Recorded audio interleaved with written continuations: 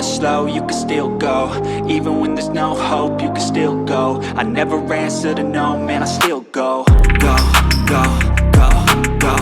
Halo semua, bareng Ed Clipper lagi di sini. Terima kasih buat yang masih anteng menonton video dari channel ini. Semoga kalian tetap sehat dan dijauhkan dari teman baik tapi berjiwa psikopat. Seperti di video kali ini, Ed Clipper akan ngasih klip dan review dari sebuah film yang akan membuat kalian lebih berhati-hati dalam memilih teman sejati. Film ini berjudul A Party to Die For 2022.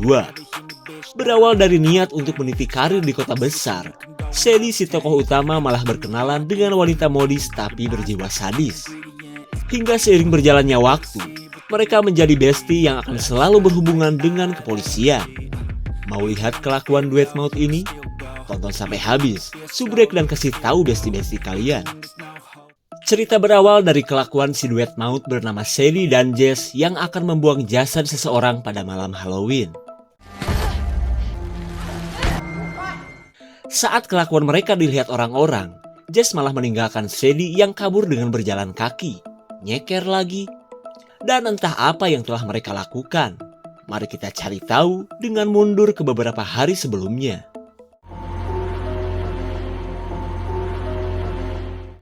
Kisah pun dimulai oleh suasana butik mewah dan berkelas tempat jajannya orang-orang modis yang swasembada duit. Tempat ini pun merupakan tempat bekerja Sadie, si wanita dari pinggiran yang mencoba ngadu nasib di kota besar. Tak lama kemudian datanglah atasannya yang tak lain adalah sepupu Sadie. Wanita yang bernama Bri ini pun senang karena mulai hari ini Sadie akan selalu membantunya jualan. Terus Sadie merasa heran karena satu baju di butik ini setara dengan harga daster 10 kodi. Kemudian Bri berkata bahwa untuk menjadi cantik itu kadang perlu baju mahal dan glowing. Perbedaan pendapat pun terjadi karena menurut Sadie, wanita cantik akan tetap cantik meski pakai baju bahan dari terpal sekalipun. Merang kali ah. Tapi daripada ngebacot yang gak penting, Bri memilih untuk ngisi air galon saja. Lalu Sadie penasaran seperti apa sih rasanya pakai baju mahal. Now that's a dress. Melihat kecantikan Sadie, seorang duda keren dan kaya raya jelas terpesona. Apalagi Sadie mengenakan gaun yang serasi meskipun warnanya mirip terasi. Tak lama kemudian Bri datang dan langsung mengenalkan pengusaha bernama Owen ini. Butiran-butiran naksir dari kedua insan jomblo ini pun mulai tumbuh dan berdahan saat mereka berkenalan. Dan sebagai hadiah perkenalan, Owen membayar gaun yang sedang dipakai Sadie asalkan ia mau makan malam dengannya. Meskipun baru kenal, Sadie mau berkencan dengan pria good looking dan good reckoning ini. Terlebih karena Owen adalah teman sekaligus pelanggan setianya Bri. I'll see you there. Singkat cerita, kencan Sadie dan Owen terbilang sukses hingga mereka pun kini semakin akrab. Bahkan, Owen mengajak Sadie ke rumahnya yang berkelas meskipun tak semewah rumah-rumah di film Indosiar. Lalu Sadie kepo dari mana semua kekayaan yang dimiliki oleh Owen. Dengan bangganya, Owen pun menjelaskan bahwa semua pencapaian ini adalah hasil jerih payahnya. Bukan dari warisan, bukan pula dari program pemerintah yang bertajuk Modalin Dong. Wah, makin ngarep nih si Sadie. Lalu tiba-tiba Sadie penasaran dengan sebuah lukisan yang ditempatkan di ruang utama. Dan menurut Owen, lukisan seharga motor Beat ini adalah hasil karya terbaik dari seniman terkenal sekabupaten. Making your own way. Di tengah kebersamaan mereka, Owen kembali mengambil minuman untuk merayakan kebersamaan mereka. Hello? Oh. Sadie jelas ketakutan saat merasa ada seseorang yang sedang memperhatikannya. Tapi menurut Owen, mungkin itu cuma tupai yang sedang kawin saja. Di keesokan harinya, butik kedatangan seorang pelanggan yang banyak milih tapi sedikit beli. Dan jika kalian masih ingat, ia adalah Jess yang bersama Sadie di awal film tadi. Jess yang belum Sadie kenal sedang mencari gaun seksi yang memiliki belahan sampai dada. Karena tak ada gaun seperti itu, Sadie berusaha agar Jess membeli baju yang lain saja. I'm Sadie. Jessica. Alright, stay there. Oh, it's so cute. Thank you. Mendengar penilaian Sadie, Jess merasa senang karena gaun pilihan Sadie cocok dengan seleranya. Bahkan Jess menganggap komentar Sadie setara dengan ahli fashion yang suka nongol di TV-TV. Kemudian Jess mengajak Sadie untuk nongkrong bersamanya nanti malam, karena ia ingin berteman dengan Sadie yang berselera tinggi dan sefrekuensi dengannya. Mendengar tawaran tersebut, Sadie jelas mau, karena ia pun tak punya teman untuk gila-gilaan di perantauan ini.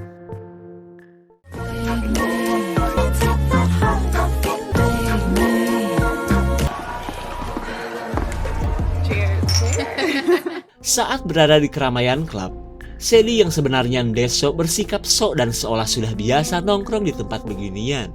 Ia pun berbohong tentang daerah asalnya dan kebiasaannya yang suka nongkrong di pasar malam. Lalu Sadie mengaku bahwa ia tinggal di kawasan elit yang berada di kota Los Angeles. Terlihat Bri pun tak menyangka akan sikap Sadie yang jadi tukang bohong. Namun bagi Jess, ia merasa kagum karena Sadie adalah wanita yang gaul dan kaya raya. Want to make a toast? Cheers. Selang beberapa saat, Bri merasa heran dengan seorang wanita yang terus memperhatikan mereka. Tapi menurut Sadie, mungkin wanita itu sirik karena tidak bahagia seperti mereka. Melihat sikap Sadie yang jadi banyak berubah, Bri berniat untuk pulang saja. Lalu ia mengingatkan untuk jangan terlalu dekat dengan Jess yang sudah terkenal sebagai wanita nakal. It has been a blast, but I have an early morning. Mind my words. Setelah Bri pergi, Jess mengajak Sadie ajeb-ajeb daripada cuma duduk dan bikin knalpot mereka kempes saja.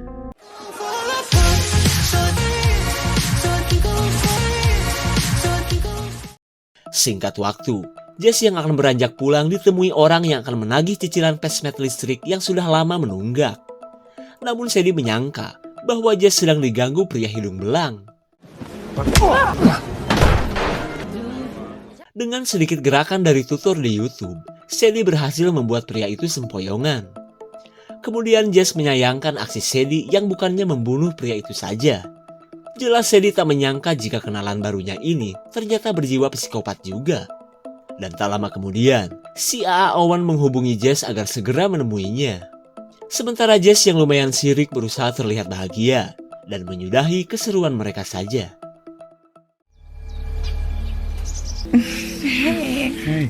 Di keesokan harinya, Sadie bangun kesiangan setelah barang pecah belahnya dihajar belalai Owen semalaman.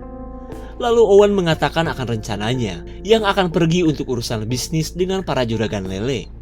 Ia pun meminta Sadie untuk menempati rumahnya, hitung-hitung latihan menjadi istrinya. I don't know, Brianna. It doesn't feel real. Singkat cerita, Sadie pun bekerja dengan suasana hati yang berbunga-bunga. Bagaimana tidak? Karena di awal kepindahannya ke kota, ia mendapatkan teman gaul dan pacar yang tajir melintir. Tak lama kemudian, Sadie mendapatkan pesan micet dari Jess yang mengajaknya untuk berpesta Halloween nanti malam.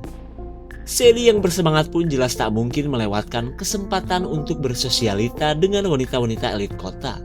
Terlebih karena ia sudah bosan dengan perayaan Halloween yang cuma makan rebus labu sambil mengenakan kostum jurig saja. Sadar Sadie memang sudah berubah, Bri sudah masa bodoh dan membiarkannya bergaul dengan Jess. Dan karena Bri pun akan mudik untuk berHalloween, ia menyuruh Sadie untuk berbelanja kebutuhan butik dengan kartu kredit perusahaannya. Setelah Bri pulang, Sadie prepare untuk berpesta bersama Jess. Lalu tiba-tiba ia kepincut dengan gaun putih yang sepertinya cocok untuk pesta Halloween. Kalian masih ingat dong dengan gaun yang satu ini?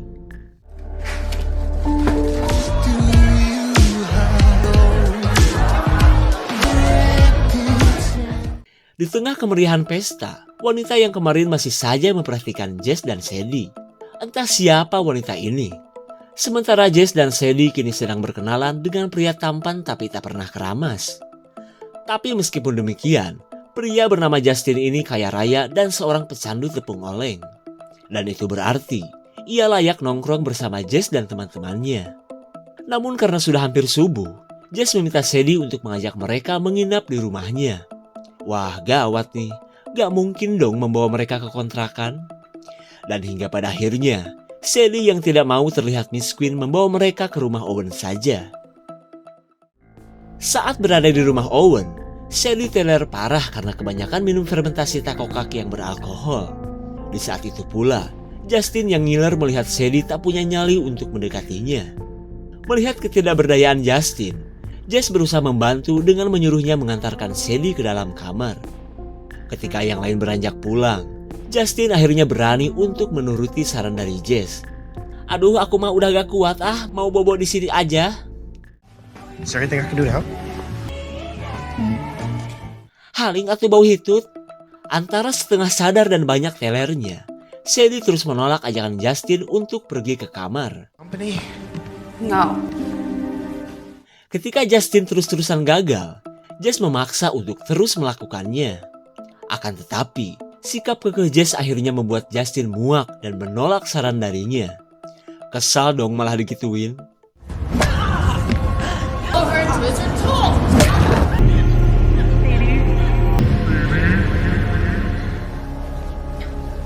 Di keesokan harinya, Sadie bangun dalam keadaan yang masih puyeng. Sementara Jess yang telah membunuh Justin bersikap seolah tidak pernah terjadi apa-apa. Thinking a little too hard.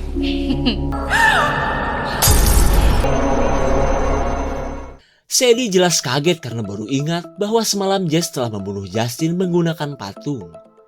Tapi dengan watadosnya, Jess menyebut bahwa Sadie yang sudah maboklah yang sudah memukul Justin sampai tewas. Antara percaya gak percaya, Sadie pun syok karena menganggap omongan Jess bisa saja benar. Di tengah kepanikannya, Sadie mengajak Jess membersihkan TKP dan segera membuang jasad Justin.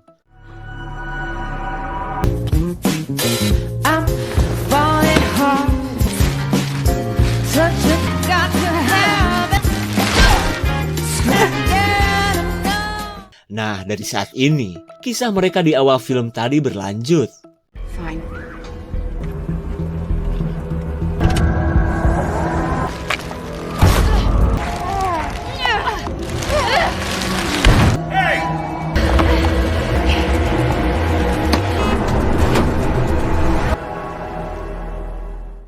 Setelah berhasil lolos dari kecurigaan orang-orang, Sadie masih sulit percaya dengan apa yang baru ia lakukan. Apalagi akan kebenaran tentang dirinya yang menurut Jess telah menghabisi Justin.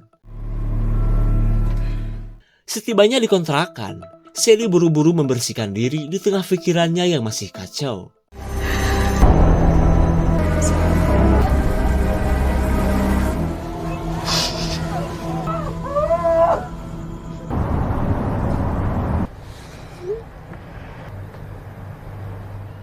Di keesokan harinya, Jess ketemuan dengan Sadie karena kepolisian telah menemukan jasad Justin. Ketika Sadie khawatir, Jess yang terlihat santuy malah meminjam gaun yang dipakai Sadie saat pertama kali mereka bertemu. Meskipun penuh tanya, Sadie tak mungkin menolak permintaan temannya ini. Setelah pertemuan singkat bersama Jess, Sadie menyambut kedatangan Owen yang baru pulang dari luar kota. Sejenak Sadie pun merasa bahagia apalagi ia mendapatkan hadiah dari pacarnya ini. Di tengah kebersamaan mereka, Sadie terpikiran bahwa hubungannya dengan Owen penuh dengan kebohongan. Akan tetapi Sadie tidak tega jika sampai memutuskan Owen yang lagi lopek berat kepadanya. Lalu tiba-tiba Jess menghubungi Sadie dan menyebutkan bahwa ia sedang berada di depan rumah. Saat mereka bertemu, Sadie melarang Jess masuk karena waktunya tidak tepat. Apalagi Sadie sedang bingung nyari alasan untuk segera putus dengan Owen. Mendengar Sadie akan putus, Jess berusaha menguatkan batin temannya ini. Kemudian Jess mengajak Sadie untuk berpesta lagi di sebuah hotel mewah besok malam.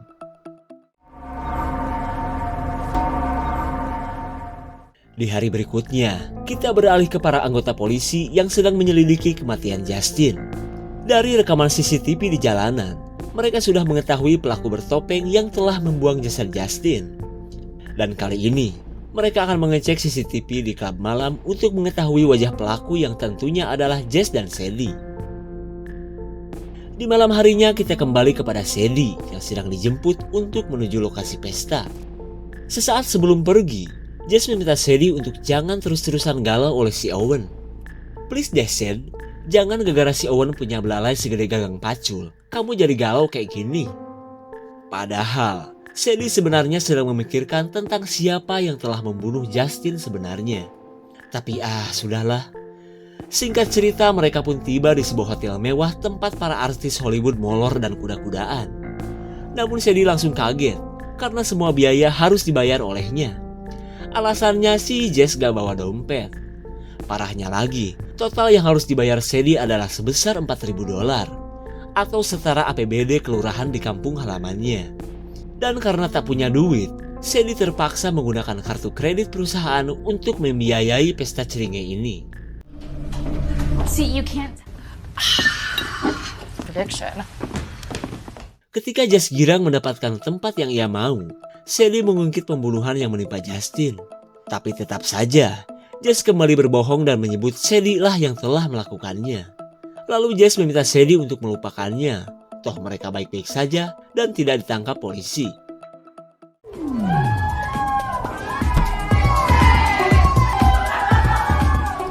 Boro-boro enjoy berpesta, Sadie yang banyak pikiran memilih pulang daripada banyakin dosa. Dan di keesokan harinya, polisi sudah menemukan lukisan yang menjadi petunjuk di mana tempat terakhir Justin berada. Mencari tempat itu pun bukan perkara yang sulit, karena lukisan itu cuma satu dan sudah terkenal pula. Di sisi lain, Sadie sedang menemui Owen di tengah hubungan mereka yang mulai terasa hambar. Tapi karena sudah terlanjur lope, Sadie membatalkan niatannya untuk memutuskan Owen. I love it. I'd love to. Yeah. Okay. Selang beberapa saat, Owen kedatangan polisi yang akan menginterogasinya. Dan jika kalian masih ingat, salah satu polisi ini adalah si wanita yang selalu memperhatikan Jess di klub malam. Dan setelah diceritakan semuanya, Owen jelas tidak tahu menau akan kematian Justin. Tapi tak lama kemudian, polisi akhirnya menemukan patung yang masih memiliki bercak darah. Dari penemuan tersebut, polisi curiga kepada Sadie yang kata Owen pernah tinggal di rumahnya. Di waktu yang sama, Sadie kembali disemprot Bree karena tagihan kartu kredit yang membengkak. Apalagi saat ia tahu bahwa semua itu akibat pesta bodoh yang dilakukan Sadie bersama Jess. Di tengah kemarahannya, Bree berkata bahwa kelakuan nakal Sadie pasti nurun dari ayahnya yang seorang kriminal kelas kakap. Tak terima almarhum ayahnya dihina, Sadie curhat kepada Jess dan menceritakan semuanya. Di malam harinya, Sadie melihat kerumunan polisi yang sedang olah TKP di rumah Owen. Jelas panik dong, apalagi pacarnya itu sulit dihubungi. Di keesokan harinya, Bree akan menuntut Sadie yang hampir membuat usahanya bangkrut. Apalagi ia sudah tahu bahwa Sadie sudah mengambil gaun putih yang harganya mahal. Tapi ia tidak sadar, Jess akan menuntut balas atas sikap Bree yang sudah menghina Sadie. Mereka mana atuh teteh? Meskipun Bree dipukul sampai kelenger, ia berhasil mencet alarm yang terhubung ke kantor polisi.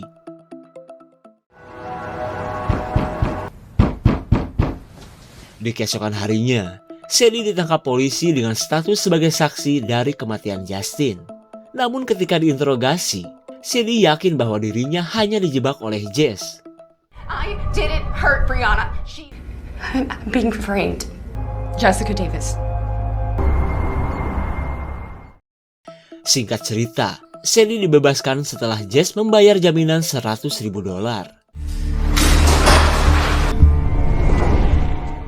Saat mereka bertemu, Sadie kesal karena Jess sudah menghajar Bree. Lalu dengan watadosnya, Jess berkata bahwa itu adalah balasan untuk orang yang telah menghina Sadie. Sadie jelas heran karena Jess membawanya ke rumah Owen. Dan anehnya lagi, Jess mengetahui sandi untuk memasuki rumah. Kemudian Jess bergegas untuk menunjukkan sesuatu kepada Sadie. Sadie, Owen, Sadie. Entah apa maksud Jess yang telah menyekap Owen seperti ini. Lalu tiba-tiba Jess menodongkan senjata sambil menceritakan semua rahasia Jess dan Owen. Karena sebenarnya, Owen adalah pacar Jess sekaligus karyawan ayahnya yang seorang direktur Emok Bank di kota ini. Akan tetapi Jess kesal karena kedatangan Sadie malah membuat Owen selingkuh. Lalu Jess menyebutkan bahwa ia sempat melihat ketika pertama kali Sadie diajak ke rumah ini. Jadi Jess adalah orang yang berada di semak-semak itu ternyata. Sebagai hukuman untuk pasangan selingkuh ini, Jess menyuruh Sadie untuk menghabisi Owen. Ampun. I really had fun with you, Owen. Run! Setelah menusuk dada bagian sisi, duet maut ini pun kabur karena mendengar kedatangan polisi.